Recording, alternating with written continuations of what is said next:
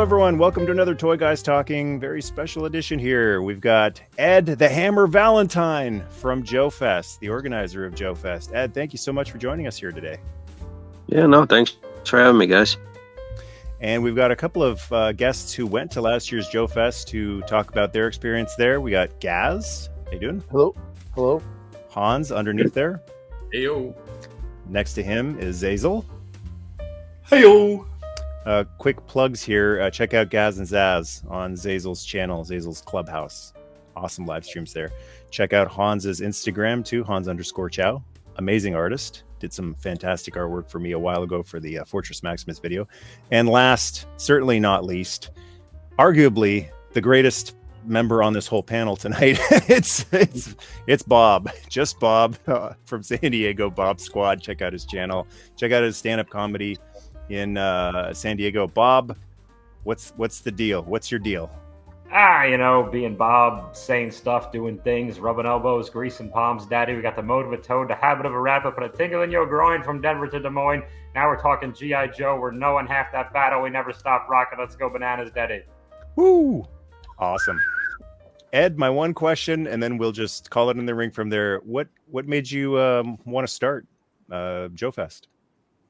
As told it 100 times over, what it is that we went to the last Joe Con, or at least I did, and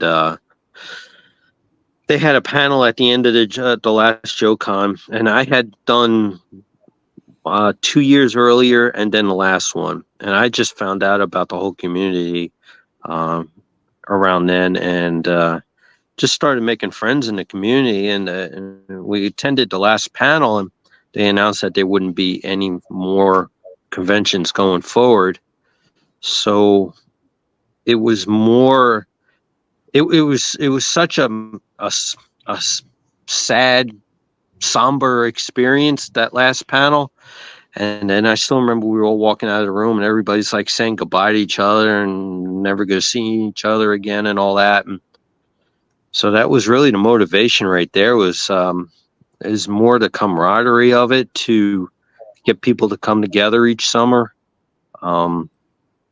We started small and grew really fast. So I guess maybe trying to keep the tradition alive where people can just come and hang out with their adopted families is the best way of putting it. But you know the toy community, where everybody's got really good friends in it, and it's always just great to come together. And it's not just vintage toys there. I'm going to bring up the website here. You've also got some stars. They are superstars in the G.I. Joe community. Sergeant Slaughter is going to be there. Morgan Lofting, the voice of the Baroness. Michael Charles Hill, great writer. And Dan Larson from Secret Galaxy and Pixel Dan are going to be there too. Yep. Right on. Yep. And we got some great artists too. We got Robert Atkins coming back, and Josh Blaylock we're going to announce tomorrow. So you got the first dibs on that. Well, I'll be behind since this will be put up later, but thanks anyway. Yeah. Okay. But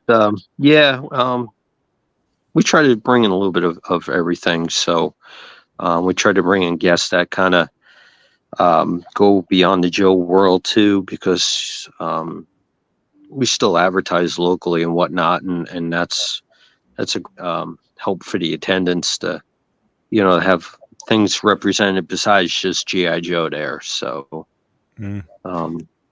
Baroness has done Ben 10, and the artists, they do everything, and Sergeant Slaughter transcends everything. So especially with wrestling. So speaking of the Sarge, I want to hear about Xaz's experience. That was a huge thing for you, Xaz, to fly from Australia to Joefest, not just to go to Joefest and meet everyone there, but to meet your hero.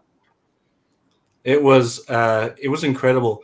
So my whole trip was funded by a GoFundMe. All my friends and family came together and donated to get me across the pond and into Joefest. Joefest was the destination to be, to meet the Sarge, and it was I don't even know the correct words for it, other than it felt magical. The whole weekend felt magical. And not just for the Sarge stuff, which I'll get to in a minute, but meeting all my friends, some of them are here right now that I got to meet in person for the first time. And it wasn't even like we were meeting in person for the first time either. It felt like we'd had already known each other for so long that it was like catching up with old buddies. And I think that's the magic of Joefest. It's like, even if you've never been in the same room with these people before, my friends, it felt like I'd always hung out with these guys. It was the best weekend ever. At the beginning of the weekend, it felt like we had all the time in the world. And then at the end, we were just holding on to every single last minute. One of the craziest experiences for Joefest, other than meeting my childhood hero Sarge, was being interviewed by the A&E documentary crew that were there on the A&E special. I knew that they were going to be there. They hit me up beforehand and said, "Hey, we'd like to catch up and do a little bit of an interview while you're there." I said, "Perfect. I would love to do that. I can spend as much time as you need gushing about Sergeant Slaughter and my experiences." They used a snippet of the entire conversation, but I think you can tell on my face, if you've seen the documentary, you can tell that I am legit excited to be there. I am like a school kid, giddy, to be able to hang out with my buddies and muck around and meet. I mean, how often do you get to meet your childhood hero? Not often, and plus, not for me. And have him be an actual cool guy too. Great guy, and he can drink too. I can't keep up with the Sarge. That guy, he knows how to party, and he definitely. Every night he partied, but every morning he was up and he was doing his job. And it didn't even look like he'd been drinking the night before. I definitely looked like I'd been drinking the night before. He just was straight back into it. But Ed, it was a great weekend. I want to thank you for putting on such a great show. It was I don't think there was one bad moment in the whole 3 days we were there. It was just riding. It's like riding the lightning of our childhood. And thank you for putting together such a great weekend, bud. Yeah, I appreciate it, man. I mean, Sergeant Slaughter is totally different than any other celebrity you get there. He really wants to be part of the show, but he really loves his fans. It's real genuine, and you can see it after the show ends. He still hangs around the venue there, and he's down there and at the bars and the restaurant, and he's real approachable. It's really something to see in person, and it makes you have a total different opinion of the man that he is too. True. Gaz, how about you? How was your Joefest experience last year? It was to find the right words isn't possible for me. Maybe instead of a word, you need an action. It was mind-blowing. It was, seriously. I mean, just the fact that it's an event that that's brought a lot of us together as G.I. Joe. That, first of all, is incredible. And then just to meet your buddies that you've been chatting with online and you've had discussions with in private chats and all this stuff, and then meet them like first time, in like the excitement of meeting them, it just doesn't go away. Like every time you see them, you just want to be like, dude, give me a hug, right?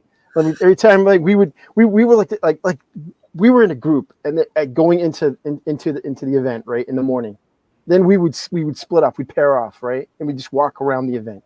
And then whenever we would run into each other, it was like we just seen each other for the first time again, and just like all that stuff. We would just stand in the middle of the place, just gushing with happiness. And this, and I know this could happen at any event, right? It could happen at any event, right? But this was a G.I. Joe event, right? Joefest. And I have to thank you, Ed, for creating this. Even after hearing what you just said about the end of JoeCon and what you thought, that even just makes it even more special to me, that this event there. And for anybody out there that loves G.I. Joe, it's not just about G.I. Joe, it's about the people and you're more in that. But it brings us together and binds us and makes us happy, and things that makes us feel good. And I think in today's society, I think we need a little of that Everybody should experience something like that in their lives, and I want to thank you for that. Thank you very much, sir. Oh, yeah, no problem. It's just you know, that last JoeCon just really hit hard to me. It was just the looks on people's faces. It was like there's no more, and I don't know. You know, I'd never been one to ever think about doing something like this. I'm not really an outgoing person. For me to do something like this, like a big party like this, is really outside my norm. But you know, it felt like it was the right thing to do. Is everybody was like, "What are we gonna do now? You know, who's gonna do something? What are we gonna do?" And you know, you know, I'm still to this day, I'm still trying to get Hasbro back involved with us. You know, they came close a couple of times now, so we keep holding it hope out for it. But you know, having Super 7 on board with them doing the official O-rings now, going forward, I think that's a good first step. So Yeah, it's magical. That's all I can say. Magical. Hans, what about you? You have a good time? Of course, I had a good time. I mean, I didn't fly quite as far as Xaz did, but I traveled a good 6,000, 8,000 miles or something like that from my home. Once I have to get on a plane, that's an ordeal for me, you know. So I got on the plane and then got on and flew, and then, as I said, it's weird because like you guys right now are about that big on my screen. You know, and you get used to talking to people about that size, and then you meet them in person, and you realize, wow, you guys weren't fake. You were exactly what I thought you were going to be here in real life. As you mentioned, Mr. Baylock, I got off the plane, and so did he, and I didn't know who he was because you read his work and you see his art, but you didn't realize who he is. And I shared a cab with him, and I was like, oh, cool. Where you going? I'm going to the Marriott, and I'm like, oh, me too. And they're like, well, are you going to Joefest? And he was like, yeah, I'm going to Joefest. I was like, oh, who are you going to go see? And he kind of like, I think he thought that I knew who he was a little bit. But when I was like, wait a minute, you wrote that? Oh, wow. You know, and I think you can see on his face this terror of being trapped in a 4x4 box with a fan. I've got to mention this. I mentioned it before, but Hans had the most Hans Chow introduction that you could imagine when we first met him. The group were lining up, waiting to get in on day one, and we're on the line, and behind us is a balcony, and that's where we saw Hans for the first time, up in a balcony, calling out to us from up above. I can't remember exactly what he said, but it was like it was angelic anyway. And if you're a Chow person, that's the way to do it. I bet he had wings. Actually, he did. Right? He really did. He came down slowly, off the balcony. I think Joefest was one of those places I went, and I feel like I could talk to anyone because I know at the very least everybody there had G.I. Joe in common. So it's like you felt very much like the camaraderie, and you know, you felt like the oneness. And there are very few places I think that I could have gone to, or at least any of us could have gone to, that would have been mimic so much. And also, I mean, once again, the last convention I went to, I mean, my country is more anime land deals, so you get lots of big-eyed people, and you know, very seldomly do you get anything that's based on any kind of other nostalgic media. So for me to go there, and as I said, it was amazing, and I got to meet some of my childhood heroes. So it's just like, I mean, I'm a big Sarge fan too, but I'm not a bigger Sarge fan as Xaz, but I don't think anybody is really. So it's more along the lines that I really meant to meet. Ellie, maybe. Well, yeah, but you know,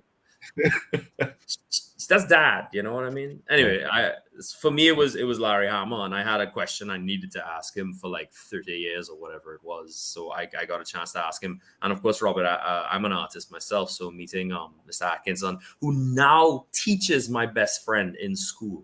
Oh wow, that's cool. Low mind. Meeting him and asking him questions about art and stuff, and he actually took like a solid 10 minutes to like show me some anatomy stuff that I was having trouble with, and like me in my stupidity and lack of articulation because I was so star-stunned I forgot to buy anything from the man. But this year will be different. I'm gonna make sure, you know, that he knows how much I appreciate him. Wait. We stood there for that long. You didn't buy anything from him? I didn't think to buy. It was like being hit with a flashbang. I was like a deer in headlights. It was all heart and no business. It was True. It's understandable. It's happened to me too. Yeah. He's such a cool guy because, like you said, he teaches over in Savannah there, and my daughter's just one of my oldest one just graduated graphic design here locally, but he actually invited her over when she was in elementary school and sat in one of his classes just to show her what could be. I mean, he's such a good guy. He really does care, and that's what I like surrounding the whole show around is people that really do care. I mean, it was funny because I asked him this year. I said, "Do you want to come back this year?" He goes, "I was waiting for you to ask." He goes, "I just turned down Heroes Con, which is up in Charlotte." He goes, I really like your show. He goes, I fit there. He goes, it feels like home. And he's such a good guy. He really is. He really loves it. How we're all fans and we love certain things, but he really loves it. So he's a great addition, no doubt about it, Mm-hmm.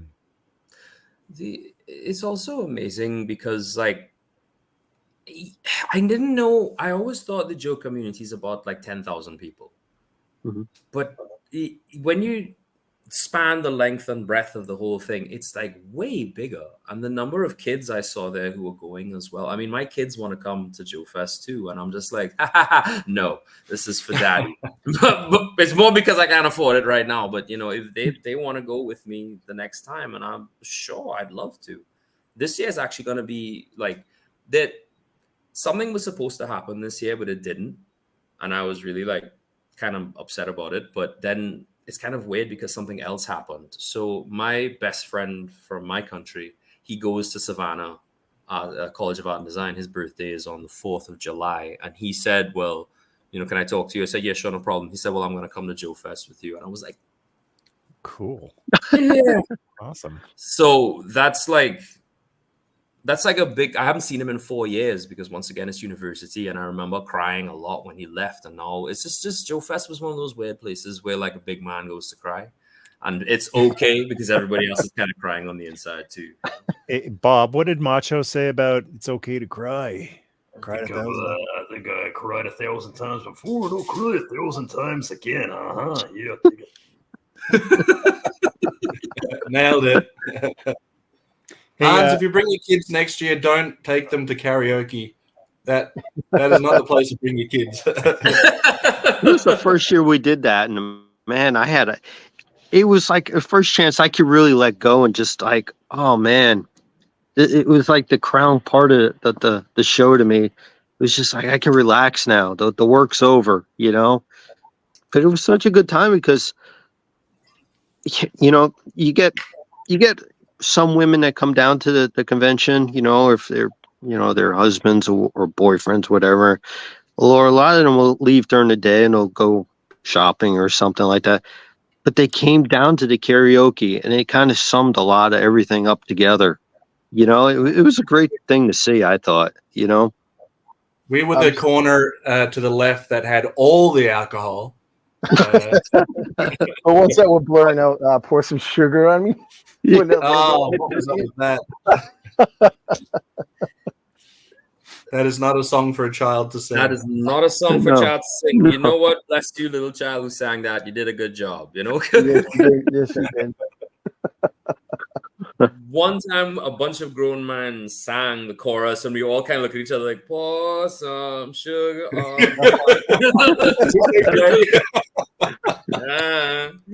At least it wasn't Love Bites, Love Bleeds.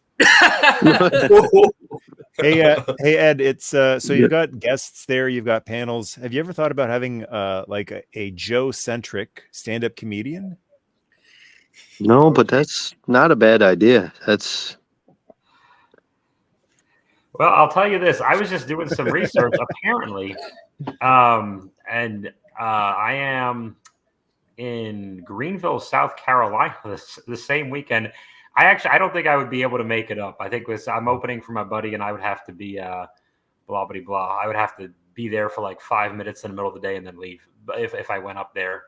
But nevertheless, you know, who knows? Definitely something, you know, down the road, maybe next year, the year after, I'll be open to have some time to prepare and do this stuff. I mentioned some man-child stuff throughout the, and I use the word too, which I hate that word, but it gets a reaction. So you just, you know, you dance with the one that brought you. But you'll see, one of my favorite things is seeing faces perk up when I mention just the big three, nothing crazy. Your G.I. Joe, He-Man, Transformers, you'll see some faces perk up, and like women or wives or girlfriends elbow the guy next to them, and just those little motions that you see like real quick, if you just kind of scan it, even before you hit your punchline, you could already tell like, oh, this is going to be good, this is going to be cool, and you could sometimes gauge. Like, for example, I recently changed the word Transformers. I changed it to Dinobots. And I said Transformers earlier to see if Dinobots would get the same reaction on certain nights.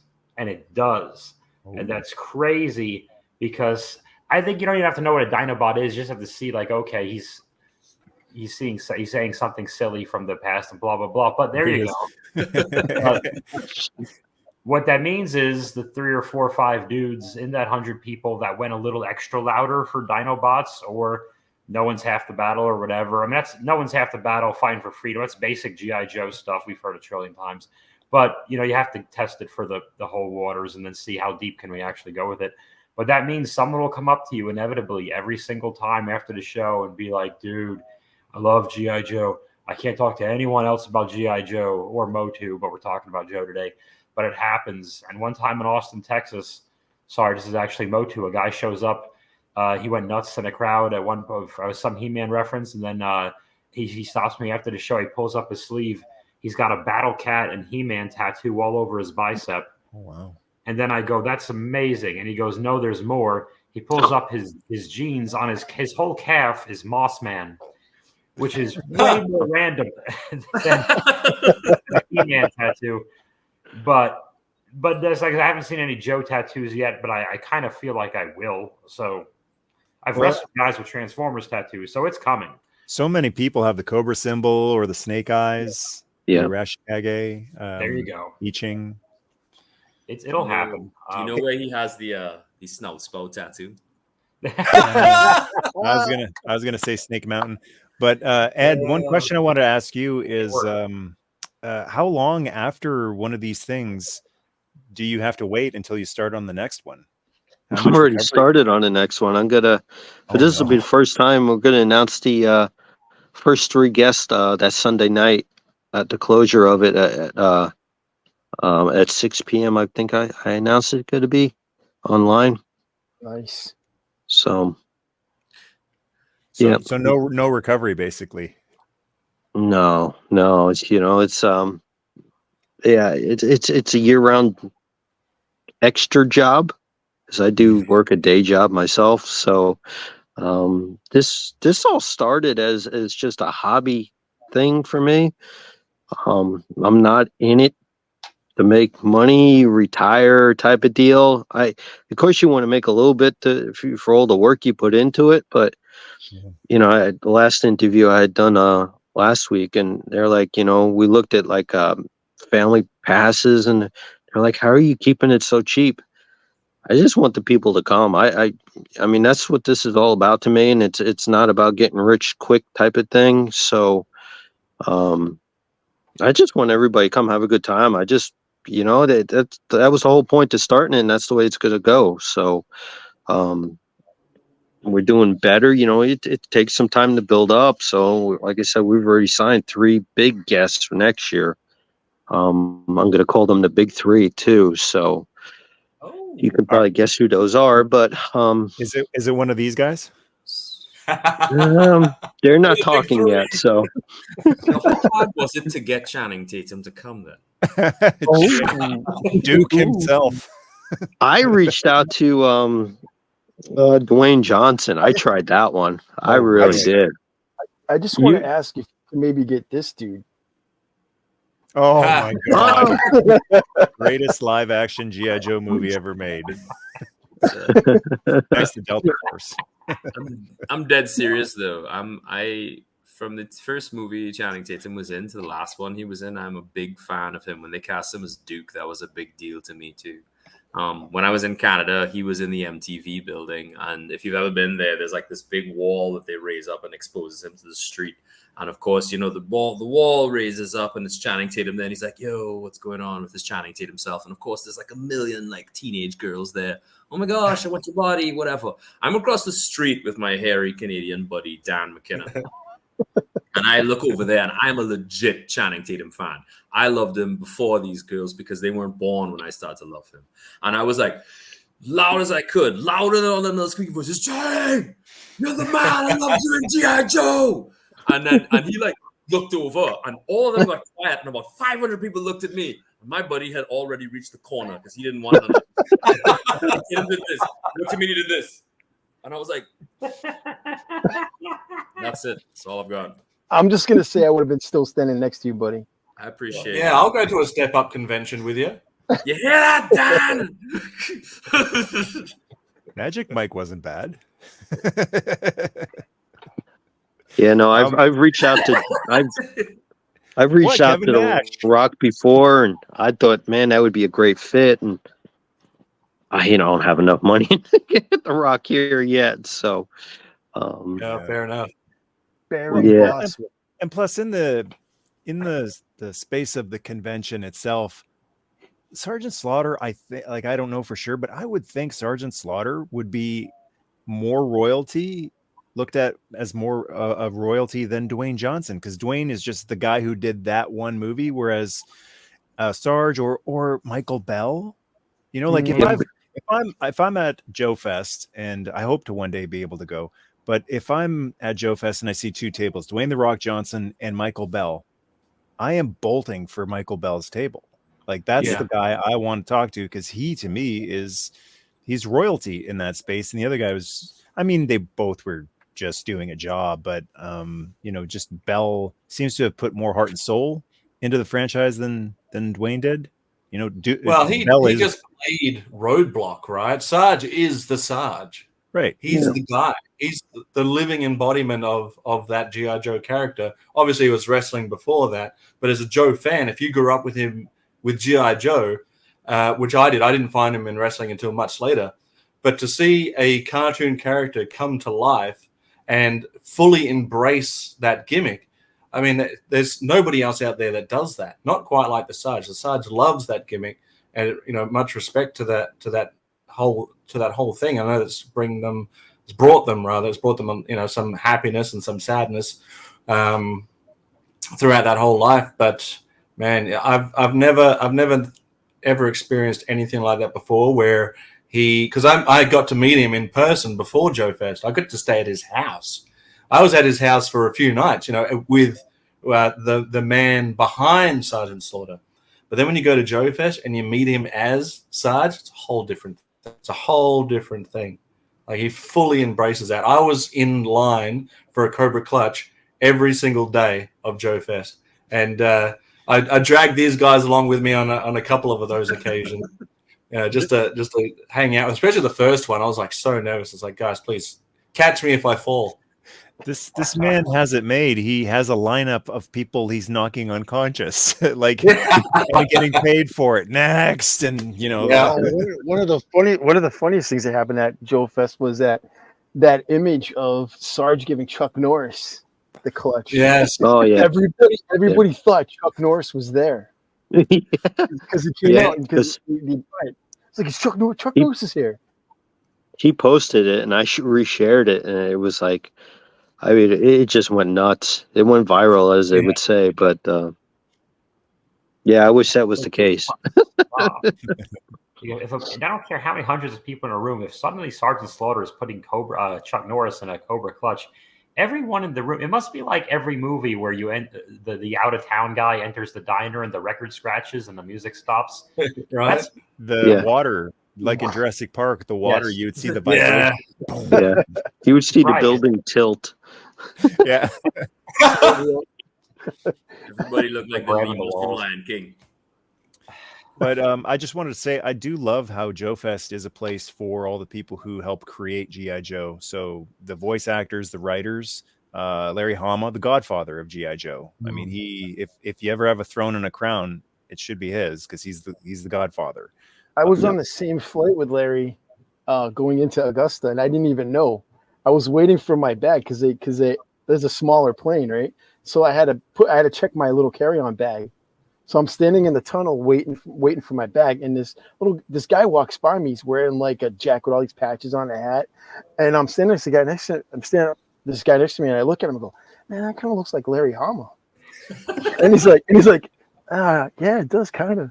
So I walk out, and I was supposed to be picked up by Xazel and my buddy Adam, but they were out gallivanting somewhere. So I took the shuttle to the Marriott, and as I'm walking up to the bus, the driver looks at me. He goes, "Larry Hama?"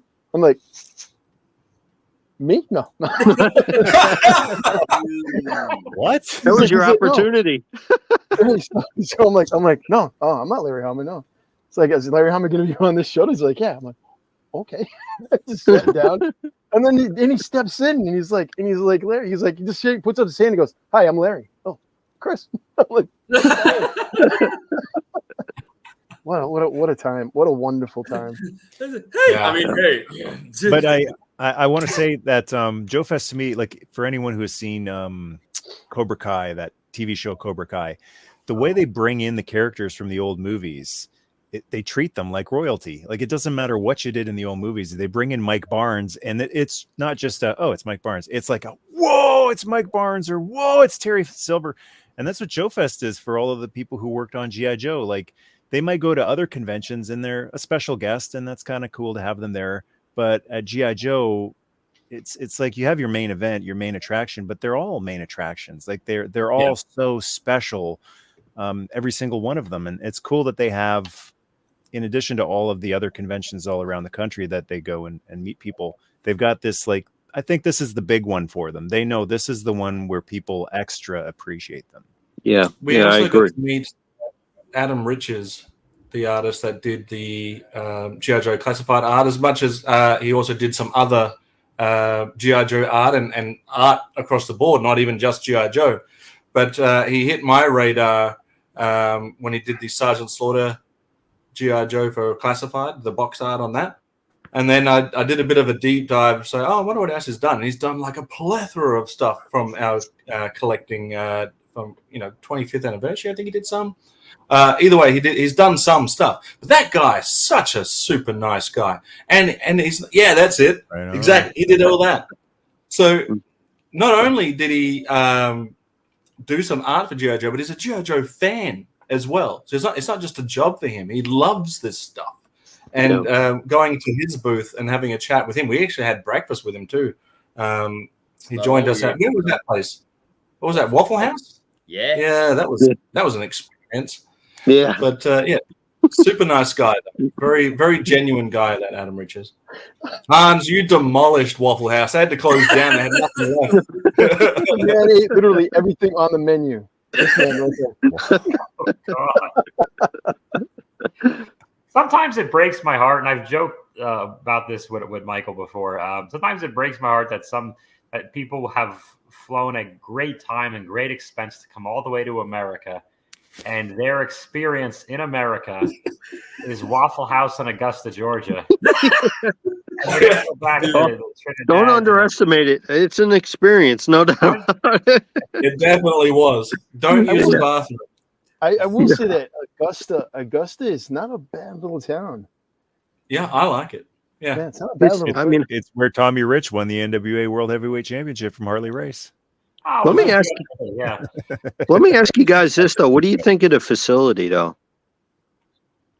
Do you think it's a good home for it? You know, next one in Trinidad. I think Hans would prefer it to be in the Waffle House. Yeah, Waffle House. Waffle House does the catering. That'd be great.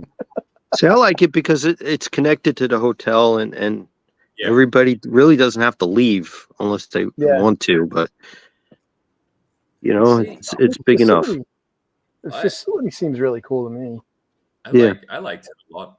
I mean, you're expanding this year, aren't you, Ed? You're creating more space for Joe Fest. I think if Yeah. anything, that's probably what it needed. If it needed anything, I thought it was perfect. But if it did need anything, it was maybe a little bit more wiggle room, because there was a lot of tight places in certain spots.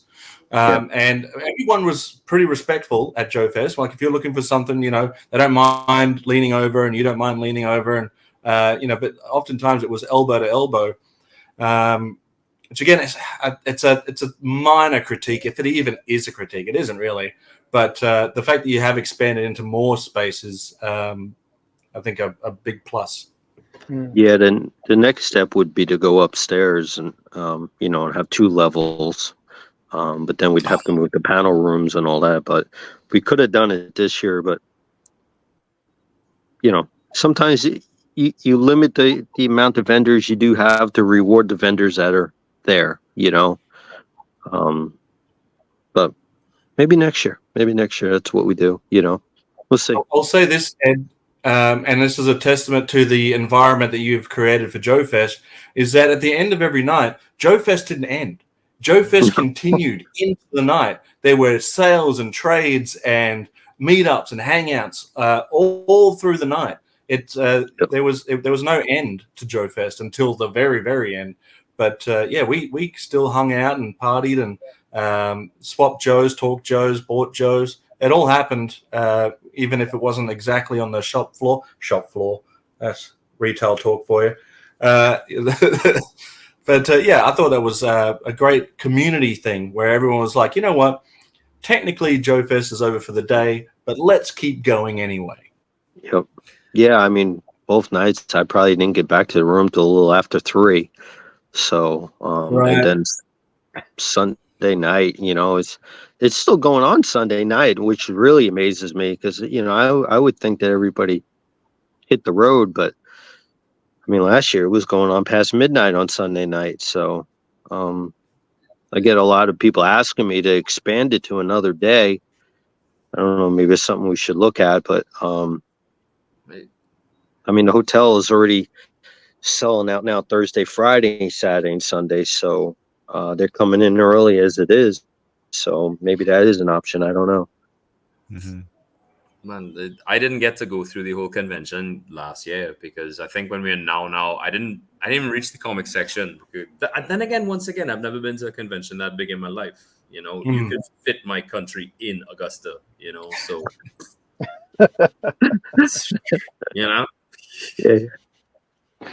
This time will be different. This time I'm going with a plan. I'm going without a wingman, but I'm going with a plan. You got another wingman. No, he's only going on the last, and he's not a bigger Joe fan as I am. So he's gonna be like, other dudes there to be your wingman. Don't worry. There's no substitute for Gazz. There's none. Adam's gonna be there. Matt will be there. Yeah, but Adam's going with like 5 other dudes. He's a car full of dudes. It's be me, Matt. You know what? You can call me up, and I'll be your wingman virtually. You can't help me find vipers like you did last. Ed can. Ed will be there. Ed, do you want to be Hans's designated wingman right there? You can. There you go. I remember, as he said before, man, I'm usually running around with my head cut off in there. I usually stop on Sunday when it ends. It's like sensory overload when you walk in. You're just like, it is. Yeah, where do you start? He was doing the breaststroke through these huge bins of figures, and he was like, "Is this one?" I was like, "Let me check." Yeah, that one. Pass it. And it was just, I couldn't do that. I'm like when Adam was shopping for those dang hydro wipers. Commander, that's. I almost had Guardian in my manners. I didn't realize it was a free for all. Hey Ed, I wanted to ask you too. Who's your favorite Joe? It's either going to be Flash or Zap, believe it or not. Really? Flash was one of my early favorites too. You don't hear that one. Yeah, I can't remember which one I got first, but they were pretty much hand in hand at the same time. And I love the original 13. I wish they would have done more with them. I don't know. To me, G.I. Joe is always good to be a military unit, and then it got a little bit more futuristic. But the original 13, I thought, were as close to Army soldiers as there was, you know. So I don't know. I just really like that whole line right there. That was my favorite. So, but Flash kind of, you know, he had a little bit of color to him, and he had a laser rifle, which was futuristic. But you know, and Zap was a bazooka trooper. I mean, everybody needs a bazooka trooper. So Yeah, True. and my snake eyes talked. So in my world. So yeah. What part was he from? What accent? I mean, I grew up in New York, so maybe it was, I don't. Okay. Hey, you're trying to be a ninja here. I'm walking here. I didn't watch a lot of the cartoons until later on, or read the comics. So, you know, I just thought he was a commando, and you know, of course he talked. You know, so Yeah. John Travolta. yeah. One question I've been asked by some folks, and I don't think it's likely after chatting with you a little bit, but some people are asking any plans for ever taking Joefest on the road. And it just sounds like it's enough work just doing it in Augusta every year. But have you ever considered going around the state? I have considered it. I've actually started. In years past, we've looked at Atlanta, and we looked at Charlotte. You know, of course, I live and work here in Augusta, Right. so you know, the planning part and all the hands-on stuff, it's just easier, you know, when you got a day job. But I am getting closer to retirement, so Okay. from my day job, and yeah, we have talked about it. But you know, when you're running something this massive, you also got to know a lot of legalities too, and each state is different. You know, I heard with the last Joe Con there in Tennessee, it was a lot of tax implications that a lot of vendors didn't like. They had to fill out a lot of extra paperwork and do a lot of different stuff. So, you know, I really liked the whole Chattanooga place there. I thought it was great. But yeah, I wouldn't say never. Let's put it that way. I have priced around. I have looked. I've even visited other areas looking. So, Well, I got my fingers crossed for one of the cities that are, you know, right close to Canada, like Detroit or Buffalo or Niagara Falls. It would be pretty cool to just hop over and go to a real American Joefest. So maybe someday. And if not you, then hey, someone else, please, someone else, do it. I would love to do it in New York, but I can't imagine the cost it would put on in the city. You know, I was just going to ask you this: when you say New York, there's a city, and then there's, and it's funny. I grew up in the burbs just north of New York City, but I lived in Queens for 8 years as well. And if you're anything barely above the Bronx, everyone in New York City calls that upstate, which is ridiculous, and it really is. But nevertheless, yeah, you just said New York, and in my brain, I just went, "Oh God, the call! Why would you?" What about Flint, Michigan? Flint, Michigan would probably be cheap. The Sarge actually went to Flint, Michigan I think months ago or last year. He did an appearance in Flint, Michigan. That can't be that expensive. May I suggest Worcester, Massachusetts? Connecticut, right? Hans, you want to suggest Trinidad and Tobago? I'm saying, I mean, listen, you could have it on the beach. It would be amazing. Ed, can you imagine the reaction to you announcing next year's Joefest, Trinidad and Tobago? I always wanted to do it in Florida. I mean, that's where after I left New York as a kid, that's where I grew up. But a lot of vendors don't want to go to Florida. They just too many crocodiles. Nah, they said that they had that was the first JoeCon I went to, and they said that it really, when people go down for say Orlando, they start splitting their money between going to the convention and going to the theme parks. And it's also further travel distance for a lot of vendors. A lot of mine come from, up north, so they even go further. Orlando's a pretty good trek all the way down there, but we had a lot of talks with Orlando, but maybe someday. I don't know. I always thought it'd be great there because you could bring your family and do all different stuff, but I guess the vendor sales were a little bit slower down there because of so many different options for families too, Yeah. Well, if I might suggest, I'm over here in San Diego, and we don't have any famous Comic Cons to speak of. So there's always Except for that little Except for that little one. That little one in July. that little indie one. Oh yeah. SoCal. Yeah. That barely counts as a comic convention anymore. Yeah, it's not really. Oh yeah. I guess from what I heard, was it last year or the year before? It was actually it literally resembled a comic convention because none of the big stars came. It was all just comics Video and games toys and movies. Yeah. Oh, well, I'll tell you this, because I always look it up every year because people ask me, usually in chats like this from across the country, people always ask me, surely you've gone to one or two of those. Never, no. And I look every year, and this year I forget what the general admission it was. We were talking in the $1,300 something range or something like that. Yeah. Something so crazy that I'm like, I live here, and it would be cheaper to fly somewhere else, get the hotel, rent the car, and go to their convention. It would be cheaper for me to go to Joefest than to San Diego Comic-Con.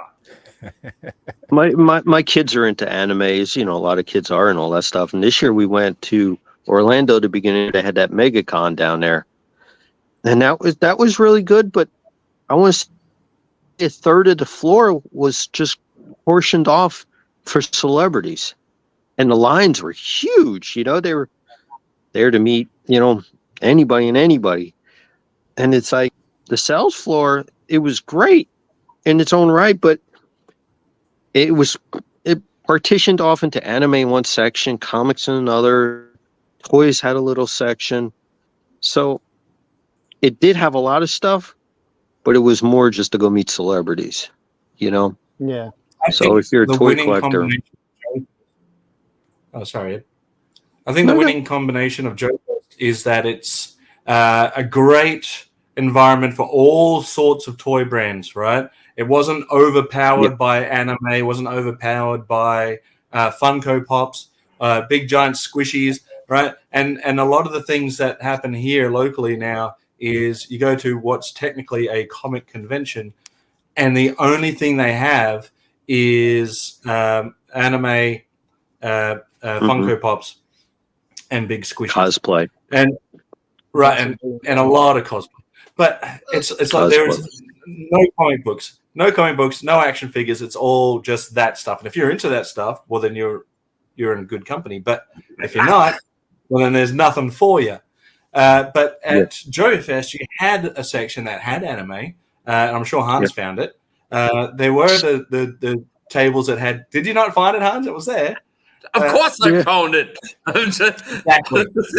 There were big squishies. There were Funko Pop. It wasn't all of it. It was like well distributed with other things. In fact, most of the stuff I picked up at Joefest wasn't even G.I. Joe. I picked up one G.I. Joe, and then I picked up a wrestling figure. I picked up an O-ring pirate. I don't even know what that's from, but I thought, this is great. I got to have this. And then the rest of my money was spent on Cobra clutches.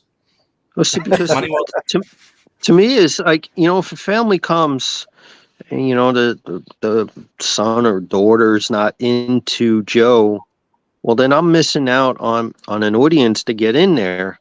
But the Joe community is also missing out on trying to reach that person. So if you have just a little bit of other stuff there, I mean, because even Joe collectors collect a lot of different stuff. Especially like this year, we've got Savage Crucible and Four Horsemen, and the list goes on and on. It brings another element, but it also, for a family that could be going there, it could be all, you capture everybody, and then maybe they start collecting other stuff too because they're introduced to it. There was a vendor as soon as I entered off to my right, within the corner, big booth. And like my kids were like, "You have kids. You can't go to another country and not bring something back for them. Otherwise, you'll be ill spoken of in the village." So I went to the right and I found like Lego, and they love Lego. So like, Lego. And I found this guy with dinosaurs from Jurassic. I was like, dinosaur. So there was, and when I told them and I showed them the pictures of what I had seen and what I had done, and it was like, I thought it was a G.I. Joe convention. I was like, it is a G.I. Joe convention, but it has a lot of other stuff. Because once again, as you so rightly said, it's very much like, yes, G.I. Joe centric, but there's got a lot of mix of it. There was a guy in there selling only Transformers, like as I could see. They were the import figures from Joy Toy and stuff. It was a wonderful mix. There was an entire booth just set up for the $6 million man. Yeah. Wow. Yeah, an entire booth, Michael. That's awesome. Every $6 million piece of memorabilia or whatever was there. I just went to a toy convention yesterday, Trinkets toy show, and they had some $6 million man stuff that I've never seen. And my buddy was saying, "Do you remember ever seeing this?" I said, No. Like, how much of this stuff did they make? I walked up to it. He had little bins that you could just grab. I picked up an Oscar, a Jamie. I'm like, should I buy these? Most of the stuff was pretty affordable too. Like there was some high-priced items that were priced accordingly, but there was a lot of things that were like, oh, I expected this to be way more, and they were quite reasonably priced. And then there was that guy that had buckets upon buckets of like $3 Joes or less. Yeah. Wow. Like I started I don't have my collection is very small compared to a lot of people, but as I said, like $3, $7, $8, like top end $14 Joes. I was like, and I just you leave with like 50 figures, and it's like I've spent 57 cents. You know, it's just like this is something Hans and I have in common. We're both like 4-inch Joe guys. Like I don't own an O-ring Joe at all. I have all the 4 inches, the 25th centimeter, and so on, and all the subsequent lines and the Walmart line afterwards. So yeah, for me to, if I, I'm sure to see like a pile of 4 inches and just be like, oh, we can just start going to town on these. But the thing is, that would be bananas. He didn't even need to buy any. He got like 2 massive bags full of 4-inch Joes for me, man. This guy only has vintage Joes, and he kept all his 4-inch Joes in like a box under his bed. And he's like, yeah, they're all in a box in my bed. And I'm like, let me buy them from you. And he's like, no, not using them. That's amazing. Half my luggage was just Joe stuff I was giving on. Now, did you have to check that, or did you get to watch TSA go through your Joes, or is that? I was getting ready when it went because I didn't check it. I carried it on, but as I was putting it through the X-ray machine, I was waiting for them to say something. I'm like, oh, they're gonna open it up. I know they're gonna open it up. I'm waiting for this story for the Oh, this dude had a what was it? What tank was that? The one I gave you. Rage. Cobra Rage. He carried it onto the plane. He gave me a Rage. It's one of the most fragile, small vehicles. And of course, if I put it in my hand luggage, it would have been obliterated. If I put it in my carry-on, more obliteration. So I'm there walking with a toy car, in essence, on me. 8,000 miles on a plane. And I have it in a little bag wrapped up, and I have it on my little toy table. And the person next to me is like... That's a good rip, though, to give someone something they have to take on a plane. And you should have took some action figures out instead of playing with it while you're on the plane. I should have shot the spring-loaded missile in her eye. Take that! Now we both have a story to tell. Could have been what happened to me, Hans, though, and you could have had the airline lose your luggage. I stopped over in Canada. Air Canada lost my one suitcase that had all of my Joefest collection in there. So all my signed photos from Sarge, all my action figure pickups, all the T-shirts that I'd gotten from my friends that have different channels or stuff that I'd gotten from the Sarge. I got this shirt with the logo on it. That was given to me by Sarge himself. That was in there. Power's gone out. So they did find it eventually, right? Oh, yeah. They did find it. Yeah. You're wondering why I've got no lights. It's because the power's gone. That's okay. It happens to all of us. Does? Now you look like the Undertaker. Yeah, it kind of looks cool. Anyway, now we're doing ghost stories with Xaz. Xaz, do the rest of this this thing in the Undertaker voice. That would be very harsh. If I do this and the lights come back on, that'd be so awesome. Dang it, that would have been perfect. Oh well. It's incredible, this stuff I heard about Joefest the year before, and I think I only really started, as I said, Michael Mercy was the first Patreon I'm sorry. It's you did it. You know, that entrance was better than the Undertaker's. Hans, sorry, that's a knee jerk. Anytime I hear a YouTuber's name, I always go, who? And apparently even for myself. Sorry, go ahead. No, I'm just saying. I started with it was weird because I thought nobody collected G.I. Joe. Please bear with me. I thought nobody collected G.I. Joe anymore. I thought there was just a really small group of people in the world. And so, of course, I'm looking to try to buy a vehicle. So I type in the name of the vehicle, which was the Patriot Grizzly.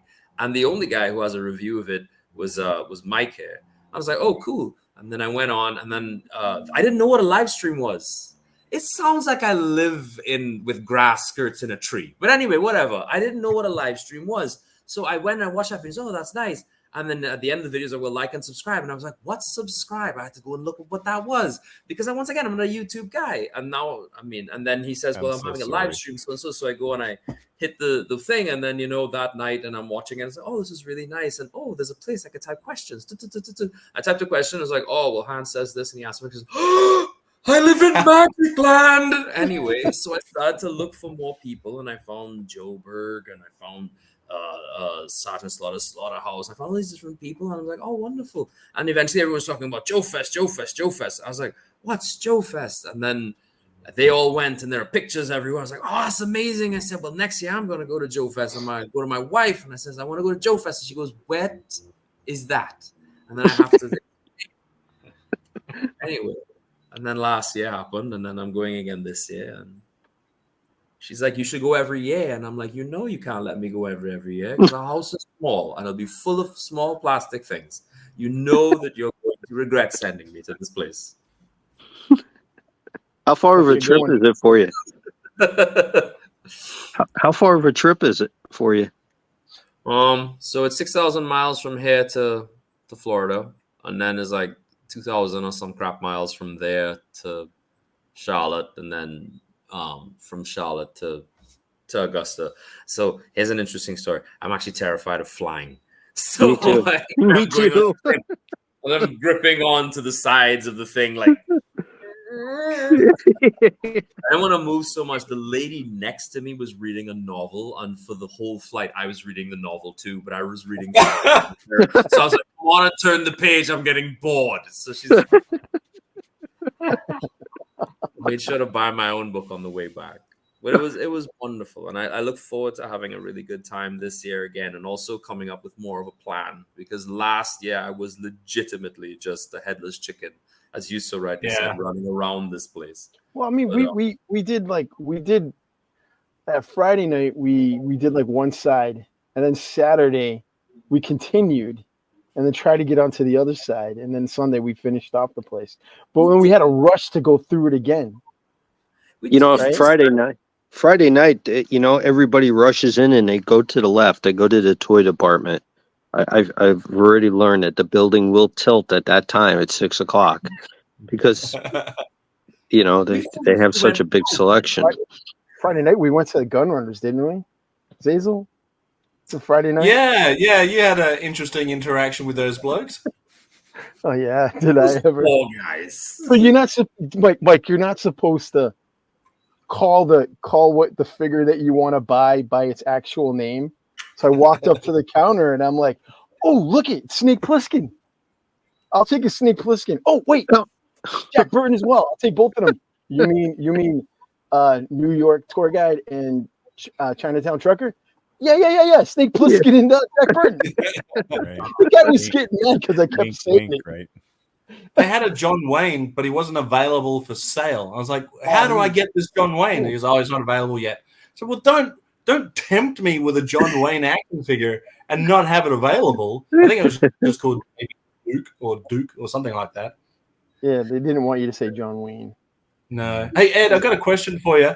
In the years that you've been doing Joefest, has there been a particular guest that you thought was potentially your favorite or exceeded expectations? Well, I mean, Sarge is going to be first. I mean, just because you know how big of a guest he is. I mean, everybody knows who he is, whether you're into Joe's or not. But seeing the after hours thing where, you know, he goes down there and hangs out with people, or he's in the lobby hanging out and talking, that's really huge. And you know, and then on a personal level, you know, when the COVID hit that one year, and Sarge actually called me, and my phone rings, and this is Sergeant Slaughter, and I'm like, you got to be kidding me, you know. But he's always been so supportive. He's such a good guy. But other ones, Dr. Mindbender, we had him the one year, and Right. he lives out in Colorado, I believe it is.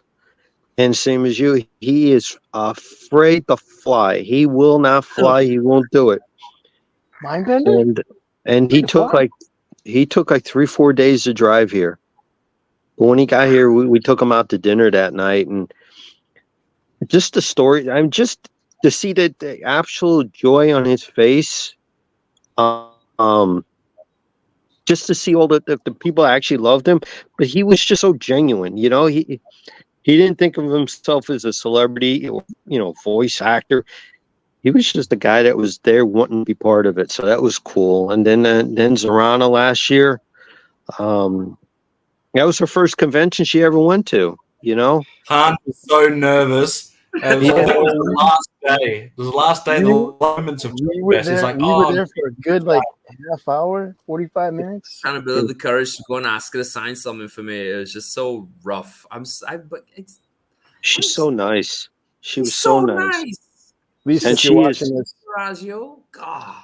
Yeah, she's friended us now, you know, on Facebook, and what, me and my wife, and she's always interacting with her. She's just another genuine person that's just real appreciative of what she's got, what she's earned through it, you know. And she was really like impressed to see what the fans, how they really took her in, you know, because she wasn't sure. It was her first convention. She just didn't know what to expect. So Hans, you're gonna have to give her a big hug for me and get me another autograph. Is she gonna be there? She's not gonna be there this year, though, is she? not this year. I'm eyeballing again next year. You know, just because you got a budget, and you got to try to bring in different people. You know, you don't want to do it every year, the same ones, because then it gets a little stale. But except for Sarge. yeah, I mean, Sarge is, you know, he gets new figures out each time, and then the wrestling part of it keeps the people coming. So Sarge is the two sport or two entertainment arena star. He's the Joe as well as the wrestler. So it just, I think he's able to stay fresher more regularly than most people who are just do one thing. And he puts himself out there so well. I mean, he really does. What's the name of Sarge's agent? The guy who was there is Paul. It's Paul, right? Paul Inserto, great guy. Good guy. Sarge is like way up there. It's more fun to watch poor Paul try to wrangle Sergeant Slaughter and get him to behave himself. It's so funny. He's like, oh, we're gonna go get a drink. And Paul's like, please, no, God, we have to go to sleep. We have a full day tomorrow. And it's just like this. It's just, and you watch it. It's like you can't control. One of the funniest Paul moments, Hans. I'm not sure if you were there for it, but it was at the bar. And Kelly told Paul, he goes, you got to get Dad out of here. It's late. Get Dad back in the hotel. So Paul's like, come on, Sarge, we've got to go.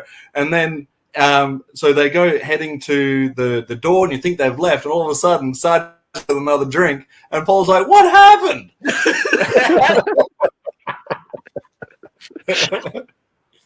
It's great. It was good. He's a great guy. Paul's a great guy. Such a great guy, and he's been working with Sarge for so long. He just has to roll with it because that's the guy. That's just the guy. He traveled with the Rolling Stones while they were on tour. Really? Yeah. This guy's got connections. He's got the hookup. But he's a genuine bloke too. I actually got to drive to Joefest with the Sarge. So I was on a road trip with the Sarge on our way to Joefest, and we stopped and picked up Paul on the way. And I was sitting there. I gave up the front seat. I was like, I'll go sit in the back. And then I was listening to these two who have got such a great shorthand because they've known each other for so long, discussing business stuff. I was like, I should not be listening in on these conversations. This is great stuff. But it was like a dream come true to be on the road with the Sarge. But yeah, those two together are a hoot. See, I think that's the whole secret to the convention is, toy collecting is what it is. You're going in there, you're going to find, we're all toy collectors, you're going to buy something. I mean, that's what you do. But it's all these other stories that I hear year after year, that all these different memories. And I think that's what's keeping the people coming back. It's just a 3-day weekend that you can just form memories, Yeah. It's not about the toys, it's about the people. Because you can, like, this stuff was mass produced worldwide. You can buy a Flash in Toronto, you can buy a Flash in Georgia, you can buy a Flash in Japan. They're all the exact same, came out of the same mold, but it's the convention that has those special, unique people that you've only been able to interact with through the internet. And then, like we were saying earlier, you meet them in person. It's really no different. It's just it's more vivid. It's more real. It's like you're here, you're there. You can actually talk to a person. You can't turn a camera off like that when you got to pick your nose or scratch your something or other. It can be a little more awkward.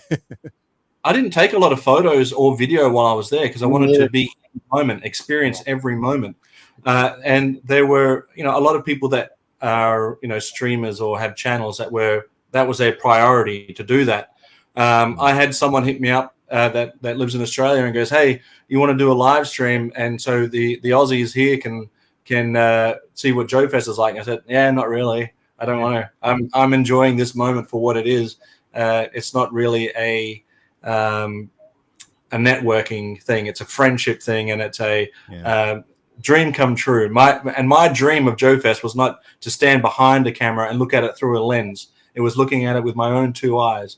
And I think Hans and Gaz mentioned it before, where it's like every opportunity, because I'm a hugger, it's like, oh, the guys, just come in and give them another hug.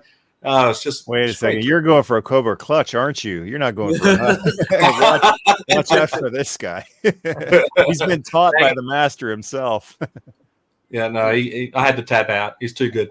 Would you ever consider reversing Sarge's clutch and putting the clutch on him? Never. Impossible. 6'5". I'd have to tiptoe. I couldn't reach. I don't think I'd wake up from that coma. Hit you with a slaughter cannon, put you down, and then put you back in the clutch. There's no reversing a Cobra clutch anyway. It's impossible. I don't think Bob, has anyone ever broken out of the clutch in wrestling? I can't think of anyone doing that to the clutch or the $1 Million Dream, which is the same move. The only way you're gonna love this. The only way to get out of it, you don't get in it. Don't get in it. Yeah. Good answer. That's when you start the elbows, or just get that top rope. Get that top rope when someone starts so the referee will break it. That's your best bet. Yeah. Is as soon as he slaps it on, you grab that top rope, and hopefully the senior official is doing his or her job, and you can get out of there, because otherwise it's lights out. And they'll stick a fork in you because you're done. All I can remember, anytime, I'm trying to remember, anytime anyone's been able to get out of it, it's some kind of chicanery. Like there's some interference, someone hit them with something. Yeah. It wasn't just like they twisted out of it. Like they get out of the figure four. Well, if you might remember, for those that year or less than a year that Sarge was bad. He wasn't really bad though. That was he was undercover. He wasn't really an Iraqi sympathizer. That was all a top secret mission. Either way, the whole days. Yeah, both did not get out of the Cobra clutch, because Sarge was using the camel clutch and he Right. liked the Boston Crab a lot as well. So it was the camel clutch that was being broken out of by the Hulk Hogan's and the Ultimate Warriors, not the Cobra clutch. The Cobra clutch, still a protected finish. Yep. Did he? Has he done the noogie? Remember, he used the noogie for a little while there, late Atomic 1990s. Noogie. Yeah, the atomic noogie. It's in WrestleFest. Well. Here's a mission for Hans at Joefest. Get an atomic noogie from the side. Get the noogie. It's Yeah. the noogie. Yes. It I'm gonna actually hurts, send a man. message to a friend of mine. Make sure that you get a noogie. It doesn't Get look the as, noogie. it doesn't look as impressive as the clutch, but like He's gonna get the clutch and then the noogie. you pop this finger out and drive Yeah. it into a guy's temple. He knows what he's doing. I'm really short, or maybe Xaz is really tall. But He's when tall. I remember when I first met him, it was very much like He's 6'5", isn't he? 6'6". huge. Yeah, And when he's he, he was like, when you first met him, and he, officially met him as Sergeant Slaughter, he put his hands around my neck, and all I thought to myself was, "That's it. Well, he is." It was a joke, of course. He put on my neck. He's like, "That's what I like to call the cold touch technique," and I'm like, That's if he likes you. I know, right? That's If he- my one regret at Joefest, that I didn't actually have enough guts to get one from him. I have to get another one this year. I mean, I don't know if I should bring it up. I'll bring it up anyway. But I got me and Gazz were ricocheting around the place at breakneck speed. But we also we got a chance to shop with Hooded Cobra Commander Brian Law Yeah. for about 20-25 minutes, and like he's one type of guy, but me and Gazz are another type of guy. So me and him were bouncing around him, and I think he had a good time because we were kind of like a circus almost, and it was nice to see him like genuinely laughing at these two guys because we weren't being obnoxious. We were like, yeah. I told you, man. You guys were sensory literally like overload. kids in the toy store. We just converted to little kids that we were when we walked into Toys R Us back in the day when that wall of Joe's. Enthusiasm is contagious. Ah, look at that! Look at that! We're not young. We're in our late 40s, mid 40s situation. I mean, how many times I keep bringing this up, and I'm sorry I keep bringing it up because I brought it up before, but like me and Xaz were in the bar downstairs, and Xaz was alone at the table with a drink in front of him, and his face was, contrast to everything else, was like serious for a second, and I threw myself into the chair next to him. I had to throw because it's very tall and I'm very short, so I had to hop up like a child, and my legs were kicking, and I was like, I know what you're thinking. And he was like, what are you thinking? And I was like, you and I think the same thing. We're never gonna be this happy again. You know what I mean? And he kind of like Xaz nodded, that kind of thing. And it's like, because we had flown so far and we'd been so alone for so long away from people that were so much like us, to be around this many people who were so much like us this soon for so short a time was almost like baffling, because it's just like, where have all these people been all our lives? Oh, right, they've been at every other Joe Fest while we were busy selling shoes in Walmart, Trinidad. True. It was. I think what it was I was soaking in every little bit that I could, every single moment and every single minute, because it's true. We can hang out online, and the internet, it's filled with some terrible things, but it's such great things too. And what it does is it open up a lot of friendships around the world, that people that gravitate towards your same sensibilities and your same collectabilities and your same personalities. And you don't get that in your regular circle. And if you do, you're blessed. But if you have a group of friends, there's always that one friend that's a little bit off, a little bit weird, a little bit out there, and doesn't quite fit in. And I always felt like that guy that didn't quite fit in the whole group. But then during Joefest, I felt like we're all that person, and we all fit. And it was it was magical weekend, absolutely magical. Well, guys, Not among this has been an awesome chat, and listening to stories like that, Ed, is the reason I wanted to talk to you and have these guys talk to you and just share that with you, and also share that with the folks watching the channel too, just so that they can see that this isn't really just another swap meet. It's not another place to buy a product and then go home. If you want, it can also be some really, really special experiences. So Hans is going to be at the next one. Anyone watching this, walk up to him and say hi. Ed, I don't know how busy you're going to be, so folks, be respectful of Ed's time and his concentration on many things. But it's I don't think a big deal to just say to Ed, thank you. Thank you for what you're doing here, and hang out and have fun, and use Joe to connect. It's a tool to connect with other people and make these friendships and these special memories. Yeah, I appreciate it. I really do. I mean, that's the whole reason I'm doing this. I mean, that's you get the stories, and it's I get people every year. I've got certain wives and girlfriends.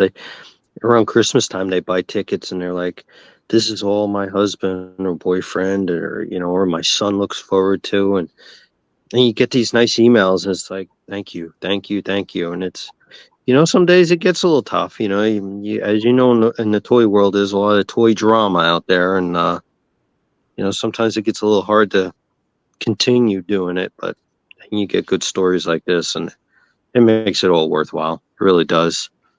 So I do appreciate you guys. Just know that there's three guys right here that got to meet each other at Joefest. One from Australia, the other one from Trinidad, and the dude up here in New England. We all got to hang out, chill out, and hang out, and we're like the best buds in the world, amongst other best buds that are also around the world. And one day we will all meet again. Was that? It was specifically for Joefest too. It was like, we need to all get to Joefest. That was the location to be. That was the mission. That was the special mission. We chose to accept it. Just know, Ed, that there are a lot of us, there are a lot of people like us out there that really appreciate what you do. And whenever you're feeling down and they don't think it's worth it, just think of us. Think of this smiling face right here. Look at this guy. And that guy over there, he got to meet his childhood hero and spend time with this guy. Just remember, and a future guest right here. A future stand-up comedian. I'd like to be definitely a future at the first stand-up comedian. I'm saying hi to this dog. She needs attention. I'm sorry, but first stand-up comedian to ever go to a toy show and kill it right here. No, I want to go say I do want to just meet her. I don't have to be center of attention. I do want to meet the crew. That definitely, it has to be done, and it probably should have been done this year. But stand-up comedy, the traveling budget, because I am still losing money right now at the time when I go to a lot of these places. The traveling, the plane tickets are going to that, but I was surprised at how close I'll be. But nevertheless, who knows? By this time next year, I am supposed to have a special on the Dry Bar streaming service come out relatively soon. I'm not doing a plug. I'm just saying you get audiences from that. And go ahead and plug, Bob. No plug. Permission granted. It's too late. Too late. The point is that there might be another traveling Bob squad out there somewhere to maybe we could point them to Joefest and make something happen. But either way. Well, they could at least Bob, show the shirt. They could at least be selling the Bob Squad shirts at Joefest. Get the Sarge to wear one. just know that we're all out here, and we're thankful to you for doing this. And maybe one day even this guy will come. We got to get him. I want to be there, man. But as I always say, family comes first. I got family health issues. I got a couple of my own too. So otherwise, I would be there, but. For the time being, I can't be that far away for that long, but I'm there in spirit. And one day I do hope to shake your hand in person, Ed. Until then, all I can do is this and just say, thank you, man. You're in my thoughts and prayers. And I just love what you do for the Joe fans out there, and, continued success to you.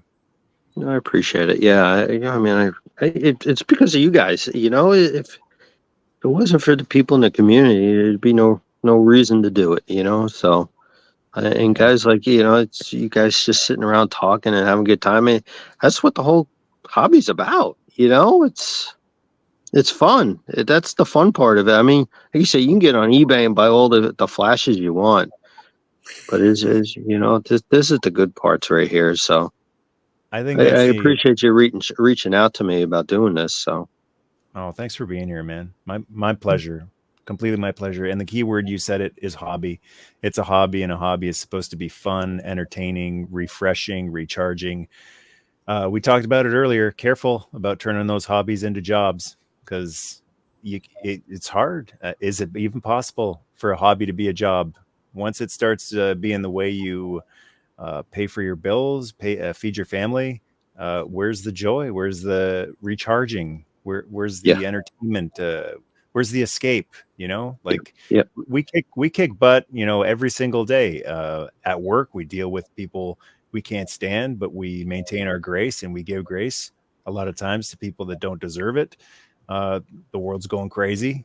Like, you can't ignore it, but you don't have to focus on it and drone on and on and on, cry about it all day long. It is going crazy, but you focus on the other things that are important.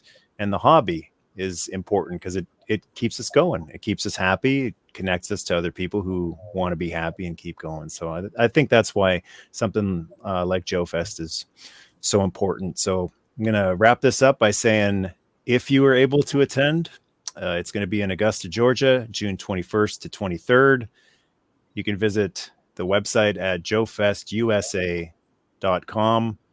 It's going to be a bunch of great guests. But some of the best guests are going to be guys like who have joined us on the chat here. Hans will be there again. And there's going to be a bunch of other cool people, and just mingle around and chit chat. It's so easy. I just went to a Toy Con the other day, and it's so easy. It's the icebreaker where you can pick up anything, like Jeff Goldblum. And that's your conversation starter right there. It's a lot easier at a toy convention than at a bookstore or anywhere else. So it's just a fun, chill vibe, atmosphere, just people wanting to have fun. And it's like the school days, man, when things were just chill, low stakes, and high fun. Yep. Oh, relax. Well said. Yep. Guys, thanks a lot for joining. Gazz, Hans, Xaz, Bob, really appreciate you taking the time out to chat tonight. And Ed, thank you so much for joining tonight. Thank you for all the work you put into Joefest. It's not going to be enough thank yous to cover all the time and effort you put into it, but what the heck, here's another one. Thank you, man, and continued success to you. Well, I appreciate you guys' support. I really do. Thank you. Have a great night, everyone. Yo, Joe! Retreat.